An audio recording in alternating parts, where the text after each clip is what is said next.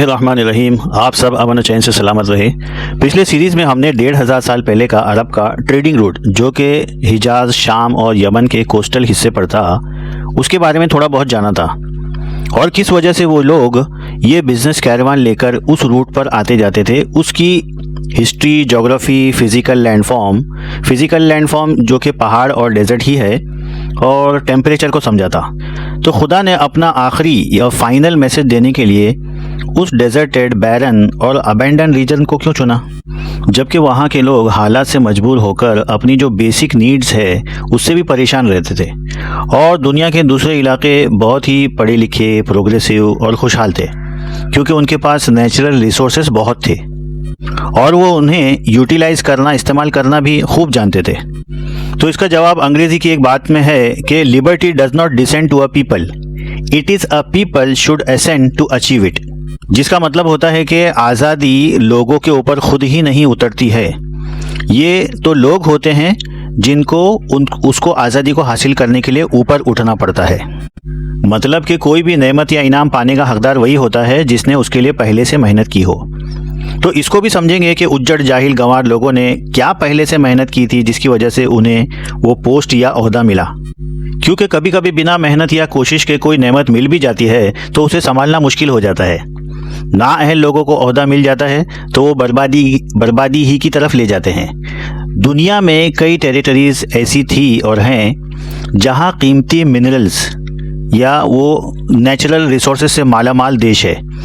तो उसकी वजह से क्या होता है कि बाहर के लालची लोग उन पर डायरेक्टली या इनडायरेक्टली हमला करके उन पर कब्जा कर लेते हैं। फिर जब उनका मकसद पूरा हो जाता है तो उसके बाद में लूट मार करके वो इलाके पपेट या वहाँ के गुंडे या बदमाशों को सौंप कर वो चले जाते हैं। लेकिन कुछ इलाकों पर, कुछ रीजन पर ये ब्रिटिशर्स ने कब्जा कर लिया और आज तक उनका कब्जा है। जैसे कि नॉर्थ अमेरिका है। नॉर्थ अमेरिका 1492 में कोलंबस ने डिस्कवर किया था। तो वहाँ पर जो रेड इंडियन थे वो लोग गोल्ड पहने हुए थे, तो इन लोगों ने फौज भेज कर यूरोप से इन लोगों को मार मार कर ख़त्म कर दिया। जो नेटिव अमेरिकन थे उन लोगों को ख़त्म कर दिया और पूरे बर्रे आज़म, पूरे कॉन्टिनेंट अमेरिका पर कब्जा कर लिया, और ऑस्ट्रेलिया के एबोरिजिन्स को भी मार मार कर ख़त्म कर दिया, और न्यूजीलैंड के भी। तो ये जो बड़े बड़े इलाके थे वहाँ पर ये लोग खुद कब्जा करके बैठ गए। आज जो अमेरिका में, ऑस्ट्रेलिया में और न्यूजीलैंड में जो गोरे लोग हैं वो सब ब्रिटिशर्स है। वहाँ के जो मूल निवासी थे, नेटिव लोग थे, उन लोगों को इन लोगों ने बिल्कुल ही ख़त्म कर दिया, या बस वो रिसर्च के लिए थोड़े बहुत इन लोगों ने रखे हैं गाँव, बाकी तो ये पूरा का पूरा कब्जा करके बैठ गए हैं। फिर वहाँ के वही लोग जो इस लायक ही नहीं होते कि वो उन्हें जो मिला है उसकी कदर करें, तो लिहाजा वो और ज़्यादा उस मुल्क को या उस टेरिटरी को या उस रीजन को बर्बाद करते चले जाते हैं। जो मिला है उसकी कदर नहीं करते। तो इसमें जो देश है वो इंडियन सब कॉन्टिनेंट है, अरबस्तान है, मिडल ईस्ट जिसको कहते हैं, अफ्रीका, साउथ अमेरिका, ये सब शामिल है।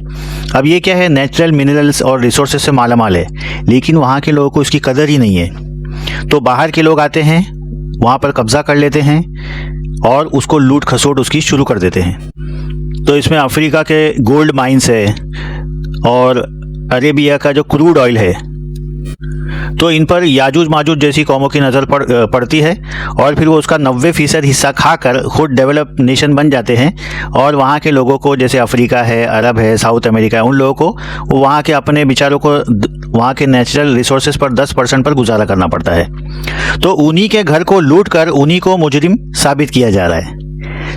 तो चुनांचा जो दुनिया से कदम मिलाकर नहीं चल पाते हैं तो उनका बुरा अंजाम होता है, क्योंकि दुनिया में सुस्त और काहिल लोगों की सज़ा मौत है। तो आज से 1500 साल पहले आमतौर पर मक्का और ख़ासकर यसरिब, यानी जिसको आज मदीना कहते हैं, उसके जो कबीले थे वो जंगजू कबीले थे, यानी कि वॉरियर।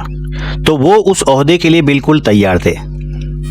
तो ये लोग या कौम ज़बान, सोच, जुग्राफियाई हालात, वहाँ की मिट्टी, महल वकू यानी कि लोकेशन और बदलाव और उसके लिए जद्दोजहद करना, कन्विक्शन या ईमान, सच्चाई, रास्तबाजी यानी कि स्ट्रेट फॉरवर्डनेस, सखावत, दरिया दिली, बहादुरी, बात के भारी, वादे में पक्के, नो हिपोक्रेसी, नो अपॉर्चुनिस्ट, ना किसी की मजबूरी से फ़ायदा उठाना, इज्जत, गैरत, ना बहाव की तरफ चल पड़ना, सब बिल्कुल ठीक ठीक था।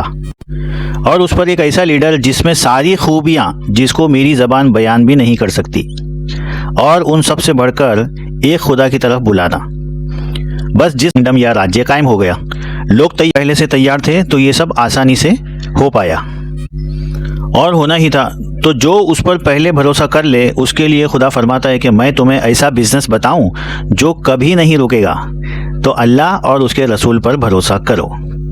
तो लिहाजा सूरह फील यानी हाथी में बताया कि अल्लाह की मदद से ही तुमने हाथी वालों के लश्कर को हराया है और उनको हराने के बाद तुम्हारी यानी कबीला कुरैश के लोगों के दिलों में इज्जत और बढ़ गई थी और आसपास के कबीले उनके काफिलों को नहीं लूटा करते थे और उनकी भुखमरी में खाने और डर की ज़िंदगी में अमन नसीब हुआ।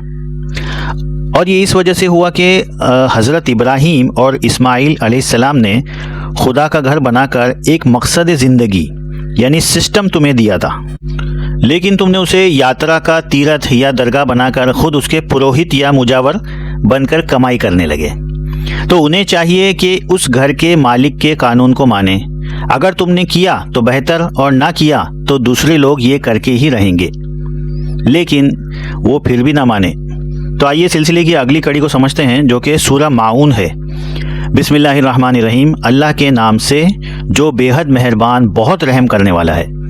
अरअयतल्लज़ी युकज़्ज़िबु बिद्दीन, क्या तुमने उसे देखा जो ज़बान से तो बहुत अमन अमान की और शांति की बातें करता है, लेकिन दीन दुनिया में अमन के खिलाफ करता है। फ़ज़ालिकल्लज़ी यदुउल यतीम वला यहुद्दु अला तामिल मिस्कीन, दीन का हुकूमत या गवर्नेंस का मकसद तो ये था कि जो भी शख्स सोसाइटी में या समाज में बेसहारा और ज़रूरतमंद हो गया है उसकी ज़रूरत को फ़ौरन पूरा किया जाए, लेकिन उसे धक्के देना, मोहताजों की मदद ना करना और करने पर रोक लगा देना, ये सब उनका काम हो गया है। फ़वैलुल लिल मुसल्लीन, मुसल्लीन का रूट वर्ड है स्वाद लाम वाव, यानी कि सलात भी इसी से बनता है। मुसल्ली अरब लोग उस घोड़े को कहते थे कि जिसके आगे एक घोड़ा दौड़ रहा हो और वो पीछे बराबर बिल्कुल उसी रफ्तार से एक हम आहंग होकर यानी कि बिल्कुल बराबर तवाज़ुन बरकरार रख के आगे वाले घोड़े की जो पुश्त होती है उससे इसका मुंह बिल्कुल करीब करीब हो, ना उसको टकराए ना बिल्कुल डिस्टेंस बिल्कुल तवाज़ुन रहे उसके अंदर, तो उस घोड़े को मुसल्ली कहते थे। यानी कि ऐसा सिस्टम जो बिल्कुल मुतवाज़िन हो, ना डगमगाए और बैलेंस रहे, बैलेंस सिस्टम। तो फ़वैलुल लिल मुसल्लीन, जो अपने आप को दीनदार कहते हैं दरअसल वो बर्बाद हो गए। अल्लज़ीना हुम अन सलातिहिम साहून, अभी यहाँ पर देखिए वापस से फिर से वही सलात का लफ्ज़ आया है और साहून का लफ्ज़ आया है।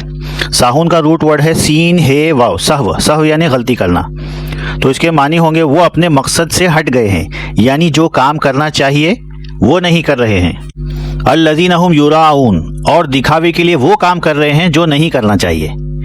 तो इस कैटेगरी में आम आदमी से लेकर तमाम बड़ी कंपनी, छोटी कंपनी, ऑर्गेनाइजेशन, फर्म और पॉलिटिकल पार्टी सब शामिल हैं जो दुनिया यानी दीन के बैलेंस को बिगाड़ रही हैं, लेकिन दिखावे के लिए खुद ही नॉन प्रॉफिटेबल ऑर्गेनाइजेशन ऐसे जो है उसके अंदर बहुत एक्टिव नज़र आते हैं। उन्हें तो खुदा के कानून को फॉलो करना चाहिए था। उन्हें या तो इसका पता ही नहीं है या जानबूझकर दुनिया को बर्बाद कर रहे हैं। दुनिया को क्या खुद को ही बर्बाद कर रहे हैं। और वयमनऊनल माऊन, और खुदगर्ज इतने हैं कि आम इस्तेमाल की चीज़ें यानी कि जो नेचुरल रिसोर्सेस है, लाइवलीहुड के लिए जो सस्टेनेंस है, कुदरती मिनरल्स है और तवानाइयाँ यानी कि एनर्जीज़, उसके ऊपर कब्जा करके दूसरों पर रोक लगा दी है। ये खुदा की ज़मीन है, उसकी जो एनर्जीज़ है, जो रिसोर्सेस है, उसको उसने आम रखा है, यानी कि हर कोई इस्तेमाल कर सकता है। जैसे कि बारिश का पानी, सूरज की रोशनी, चांद की चांदनी, हवाओं का चलना, नदियों का बहना, आग का जलना, हवा की ऑक्सीजन, सॉइल यानी कि जो जरखेज़ मिट्टी होती है जिससे अनाज उगता है वो। तो ये सारी चीज़ें अच्छे और बुरे में कोई फ़र्क नहीं करते हैं, हर एक को भरपूर फ़ायदा पहुंचाते हैं, लेकिन खुद गर्ज़ों ने आम इस्तेमाल की चीज़ों को कमर्शलाइज कर दिया है जिन्हें अल्लाह ने फ्री ऑफ कॉस्ट किया था। ये नतीजा होता है जब खुदा को ना पहचानने वाले लोग ज़मीन का कंट्रोल संभाल लेते हैं।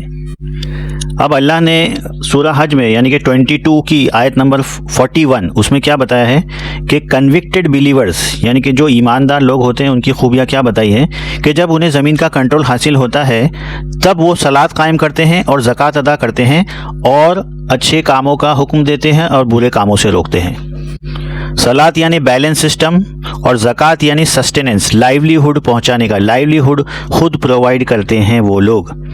तो ये काम निज़ामुल मुल्क का था जो कि आज से तकरीबन 300 साल पहले तक चला, अब वो ख़त्म हो गया है। अब सलात सिर्फ नमाज बनकर रह गई है और ज़कात साल में कुछ % आम लोगों से दीनदार लोग वसूलते हैं। रब्बना तक़ब्बल मिन्ना, है हमारे रब हमारे इस काम को कबूल फरमा ले।